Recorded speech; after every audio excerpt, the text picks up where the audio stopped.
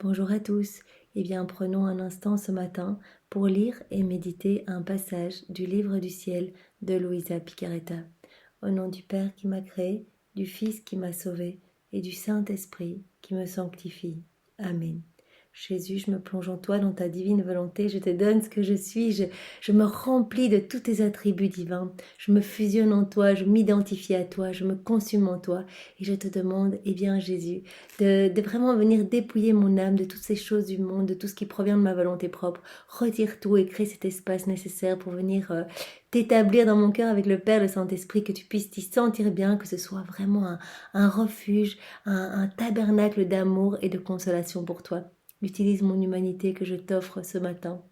Viens dans chacun de mes pas, dans chacune de mes actions, dans toutes mes paroles, dans mes regards, dans ce que j'entends, dans mes pensées. Viens dans mon souffle, dans ma respiration, dans mes battements de cœur. Je te donne tout, Seigneur. Je veux que tu viennes marquer eh bien, du sceau de ta divine volonté tout ce que je suis pour que je puisse eh bien, exhaler tes parfums divins, que je puisse eh bien, dégager ta propre lumière et toucher des âmes autour de moi pour qu'elles reviennent toutes eh bien, à la source de joie, à la source d'amour que tu es, Seigneur.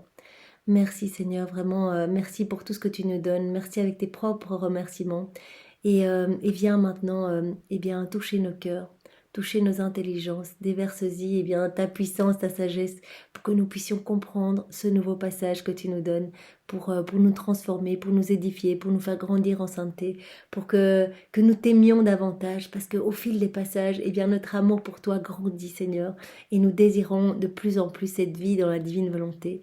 Alors donne-nous toutes les grâces pour que nous puissions eh bien, revenir à notre place d'enfant de Dieu et que vraiment tu puisses te servir de toutes nos vies comme vraiment des torches d'amour pour sauver d'autres âmes. Merci Seigneur et viens maintenant eh bien, t'emparer de mes paroles, que ce soit toi qui parles à travers ma bouche et envoie-moi ton Esprit Saint pour que je reste toujours dans ta vérité Seigneur.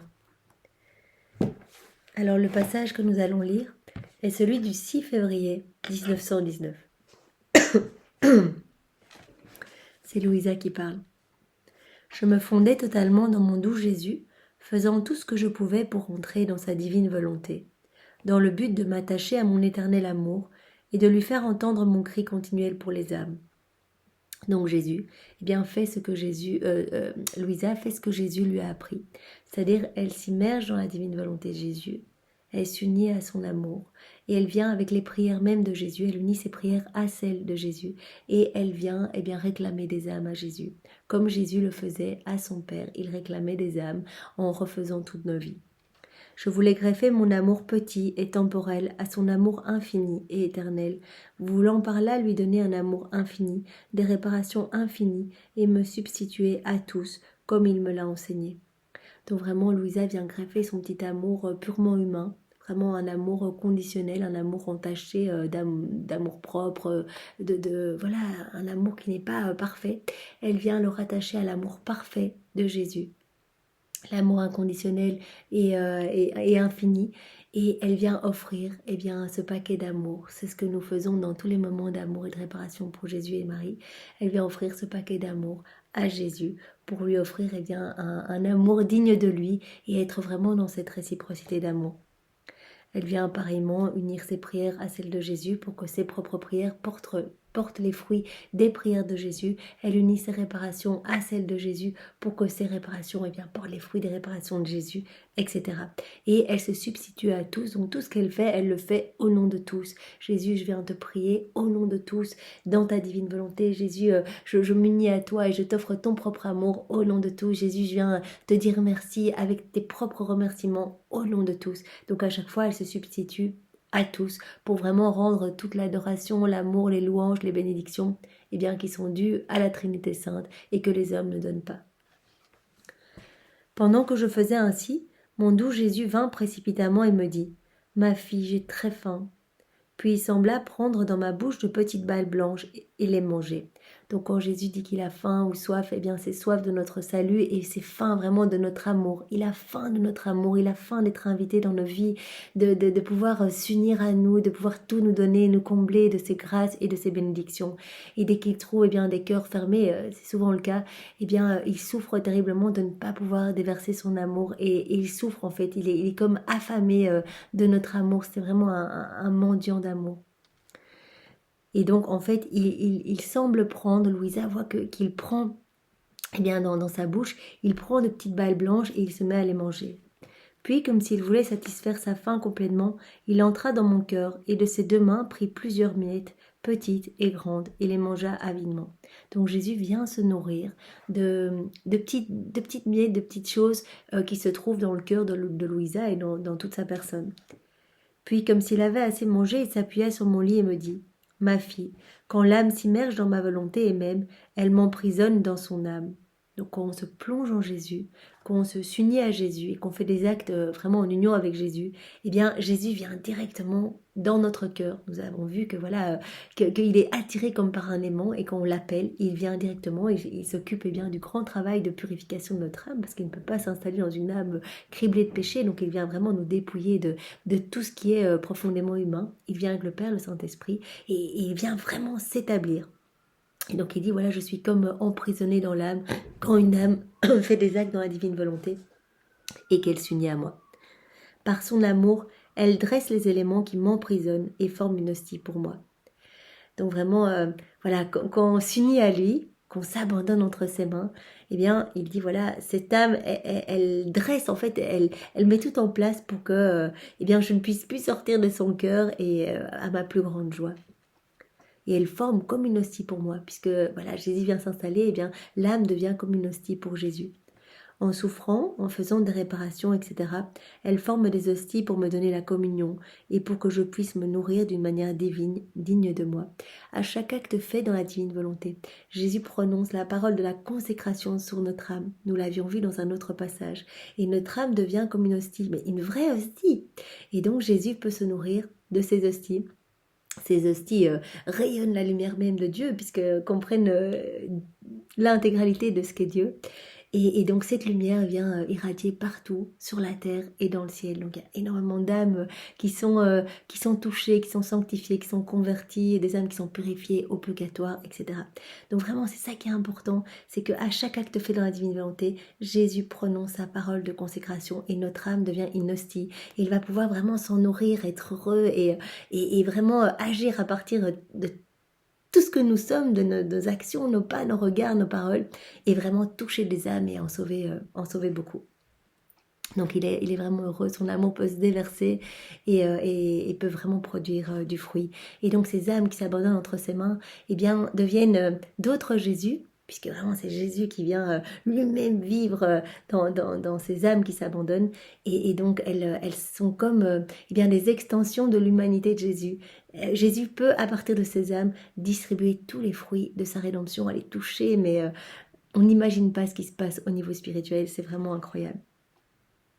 Donc voilà, quand on s'unit à Jésus, qu'on répare, qu'on fait des prières en union avec Jésus, qu'on souffre, qu'on offre nos souffrances à Jésus, eh bien nos souffrances vont porter les fruits des souffrances de Jésus, nos réparations vont porter les fruits des réparations de Jésus, etc. Donc c'est vraiment incroyable. Donc elle forme des hosties pour me donner la communion et pour que je puisse me nourrir d'une manière divine, digne de moi. Donc chaque acte c'est une hostie pour nourrir Jésus et qu'il soit vraiment heureux.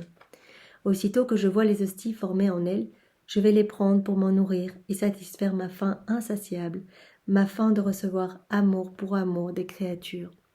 Donc vraiment, en plus, comme il va recevoir, il va se recevoir lui-même en fait, puisqu'il va pouvoir eh bien, recevoir tout son propre amour en fait quand il vient se consacrer lui-même dans l'âme qui s'abandonne, eh bien cela forme une hostie et Jésus s'en nourrit. Donc c'est comme s'il se nourrissait de lui-même. Donc il reçoit son propre amour, il reçoit ses propres louanges, ses propres adorations, ses propres bénédictions. Et donc il est super heureux parce qu'on l'aime d'une manière divine. Si on lui donnait juste notre amour, sans nous unir à lui, eh bien notre amour est parfaitement imparfait et donc voilà, ne monterait pas très haut. Tandis qu'ici, on va lui offrir tout ce qu'il est, puisqu'on va lui offrir eh bien sa propre vie, tout ce qu'il a fait, voilà, depuis son incarnation jusqu'à son ascension et voilà son sang, ses plaies, tout ce qu'il a gagné au prix de toutes ses souffrances et de sa passion dans sa divinité et dans son humanité. Donc il a vraiment cette fin de recevoir amour pour amour des créatures. Ainsi l'âme peut me dire, tu me communies et moi aussi je te communie. Donc il y a vraiment cette réciprocité d'amour. Jésus vient se donner complètement à l'âme qui s'abandonne entre ses mains. Et l'âme, eh bien, en faisant des actes en union avec Jésus, va pouvoir eh bien, donner la communion à Jésus. Je lui dis, Jésus, mes hosties sont tes propres choses, puisque c'est Jésus qui vient lui-même s'installer, prononcer la parole de consécration, etc. Donc Louisa a dit, mais je ne peux pas t'offrir quelque chose qui m'est propre, puisque je te donne vraiment quelque chose que tu as fait toi-même en moi. Ainsi, je suis toujours en reste avec toi, je te dois toujours quelque chose, elle dit.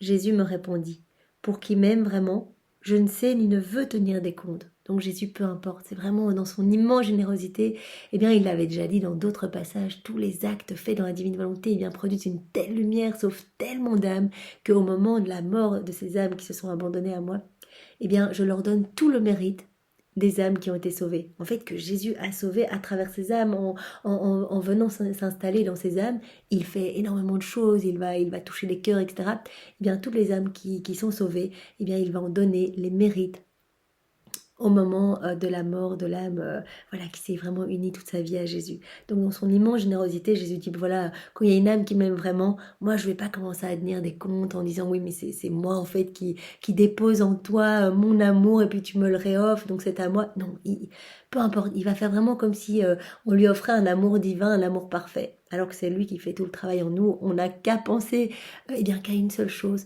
nous unir à Jésus et le laisser travailler en nous. C'est finalement très simple.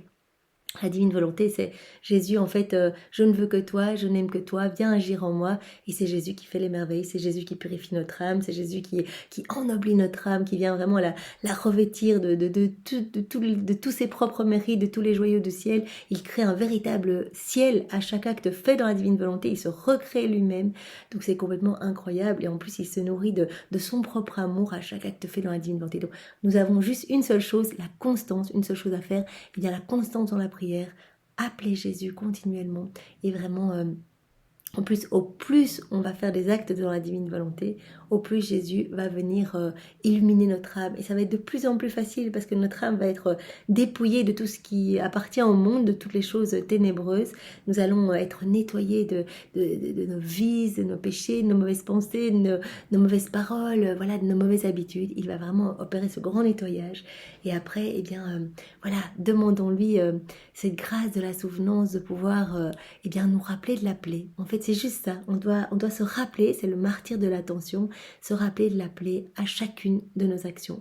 Et si on oublie, eh bien, Jésus, désolé, viens refaire l'heure précédente où j'ai oublié de t'appeler, ou la matinée précédente, ou voilà, ou les jours précédents. Mais c'est vraiment important d'avoir cette constance de, voilà, appeler plusieurs fois par jour Jésus, lui offrir le matin votre journée, vous donner entièrement. Voilà, Jésus vient tout faire en moi aujourd'hui. Première chose au réveil, je te donne ma vie, je te donne ma volonté. Viens dans tout ce que je vais faire aujourd'hui. Je t'invite, tu as l'autorisation pour vraiment t'emparer de mon humanité et je veux vraiment que beaucoup d'âmes soient sauvées. Alors, je veux la même chose que toi, Jésus. Je veux que tu sois glorifié. Je veux que la Trinité soit aimée, louée, bénie au nom de tous. Et je veux vraiment que beaucoup d'âmes eh bien, te reviennent pour ne pas que tu souffres. Parce que chaque fois qu'une âme se perd, Jésus souffre terriblement. Il voit vraiment son cœur se déchirer en même temps que l'âme qui part se perdre. Alors vraiment, consolons Jésus et offrons dès le matin notre journée à Jésus. Ça c'est vraiment primordial, ça s'appelle l'acte préalable. Et tout au long de la journée, eh bien, essayons vraiment de nous rappeler. En fait, ça fait immensément plaisir à Jésus, lui qui a assoiffé d'amour, qui a affamé et qui attend d'être nourri. Gardons vraiment cette image en tête que Jésus se nourrit de tous nos actes faits dans la divine volonté. Lui qui est affamé. Regardez autour de vous le nombre de personnes qui sont froides et indifférentes par rapport à Jésus, qui ne veulent rien savoir, même s'ils ont été baptisés, ils ont peut-être fait leur première communion. Eh bien, même si parfois ils vont à la messe pour des baptêmes, des communions, on voit vraiment qu'ils ne sont pas du tout disposés à recevoir Jésus. Et Jésus en souffre, il souffre terriblement dans l'Eucharistie. dans le Saint-Sacrement, il est terriblement offensé. Alors offrons nos vies pour réparer et vraiment le recouvrir tout au long de notre vie, et bien de son propre amour, de ses propres louanges, de ses propres bénédictions, de l'amour du Père, du Saint-Esprit, de l'amour de Marie, des actes d'amour de tous les saints. C'est ça qui est formidable dans la divine volonté, c'est qu'on peut vraiment prendre tous les actes d'amour. On peut les reprendre dans le passé, dans le présent, dans le futur. On peut tout reprendre et on peut tout offrir comme si c'était nôtre. Donc c'est vraiment magnifique et Jésus vient vraiment tout prendre en remerciant l'âme comme si cela venait vraiment d'elle. Donc vraiment, créons des hosties pour Jésus et qu'il puisse vraiment abreuver sa soif du salut de nos âmes, qu'il puisse assouvir sa faim de notre amour par nos actes faits au nom de tous. Alors voilà, donc il dit qu'il ne veut pas tenir des comptes pour une âme qu'il aime vraiment et qui s'unit à lui. Par mes hosties eucharistiques, c'est Jésus que je te donne. Par tes hosties, c'est Jésus que tu me donnes. Veux-tu voir cela ? Je lui répondis oui. Alors il étendit la main dans mon cœur et prit une des petites balles blanches qui s'y trouvaient. Il la brisa pour l'ouvrir et de l'intérieur, il en sortit un autre Jésus. Donc vraiment, il a voulu montrer à Louisa et à travers Louisa, il nous montre à chacun de nous, et bien que vraiment qu'on fait un acte dans la divine volonté, il y a vraiment une hostie qui se crée dans notre cœur. Et Jésus est venu prendre vraiment dans le cœur de Louisa, au milieu des milliers de petites balles blanches. Il a dit, regarde, tu vas voir, c'est vraiment moi. C'est vraiment moi à l'intérieur. Et donc il a cassé la petite balle. Il a dit, regarde, il y avait un autre petit Jésus qui sortait de là. Donc vraiment, nous devenons d'autres Christ. Ce sont les paroles de Jésus. Nous devenons d'autres Christ quand nous faisons des actes dans la divine volonté. Donc cela peut paraître parfois dans des petites actions anodines du quotidien. Eh bien, appelons Jésus. À ce moment-là, c'est lui-même qui vient dans notre âme s'installer avec tous ses attributs divins. Il nous remplit de sa présence, de son Esprit Saint. Il vient faire l'action en nous. Donc notre action unie à celle de Jésus devient divine, éternelle et porte des fruits inimaginables pour sauver des âmes. Donc vraiment que cela nous donne envie de ne vivre que par Jésus, que pour Jésus et qu'en Jésus. Alors, il dit à Louisa, as-tu vu ? Comme je suis heureux quand la créature me communie. Fais-moi beaucoup d'hosties et je viendrai me nourrir en toi. Tu renouvelleras pour moi le contentement, la gloire et l'amour que j'ai éprouvé à l'institution de l'Eucharistie quand je me suis communié moi-même. Quand Jésus s'est communié lui-même, eh bien, il a vraiment eu ce contentement de recevoir toute sa vie divine. En fait, il recevait tout son amour, il recevait l'honneur, les bénédictions, les louanges de lui-même, en fait, donc à la perfection. Eh bien, quand il vient se communier dans notre âme avec les actions qu'on fait dans la divine volonté, eh bien il retrouve ce même contentement qu'il a vécu lors de la dernière scène, donc c'est-à-dire le contentement de gloire, d'amour qu'il a éprouvé à l'institution de l'Eucharistie. Donc nous allons le renouveler, le mettre en mouvement et tous les fruits attachés à ce moment vont être distribués à travers notre humanité, à travers nos mains, nos pieds, nos regards, à travers toutes nos petites actions, tout ce que nous allons faire, tous ces fruits vont être redistribués sur tous les hommes de tous les temps. Donc c'est magnifique. Donc voilà, il va retrouver ce même contentement que quand il s'est communié lui-même. Merci Seigneur, c'est incroyable. Merci pour ce cadeau, pour ce prodige des prodiges. Merci avec tes propres remerciements et vraiment, nous ne pouvons que nous jeter à tes pieds et te bénir avec tes propres bénédictions, te louer avec tes propres louanges. Nous embrassons tout ce que tu es Jésus et vraiment nous voulons vraiment travailler à l'avènement de ton royaume. Nous voulons être des instruments entre tes mains. Utilise nos vies s'il te plaît Seigneur, et si nous sommes trop pécheurs, que nous chutons constamment, purifie-nous Jésus, vois notre intention d'être des extensions de ton humanité. Vraiment, nous le voulons vraiment, même si nous sommes faibles, même si nous sommes misères, même si nous sommes péchés. Toi, Jésus, quand nous revenons à toi, tu nous purifies, tu nous embellis, tu ennoblis notre âme, nos âmes, et vraiment tu nous utilises pour te ramener plus d'âme à toi, Jésus. C'est ce que nous te demandons, cette grâce de la vie dans ta divine volonté.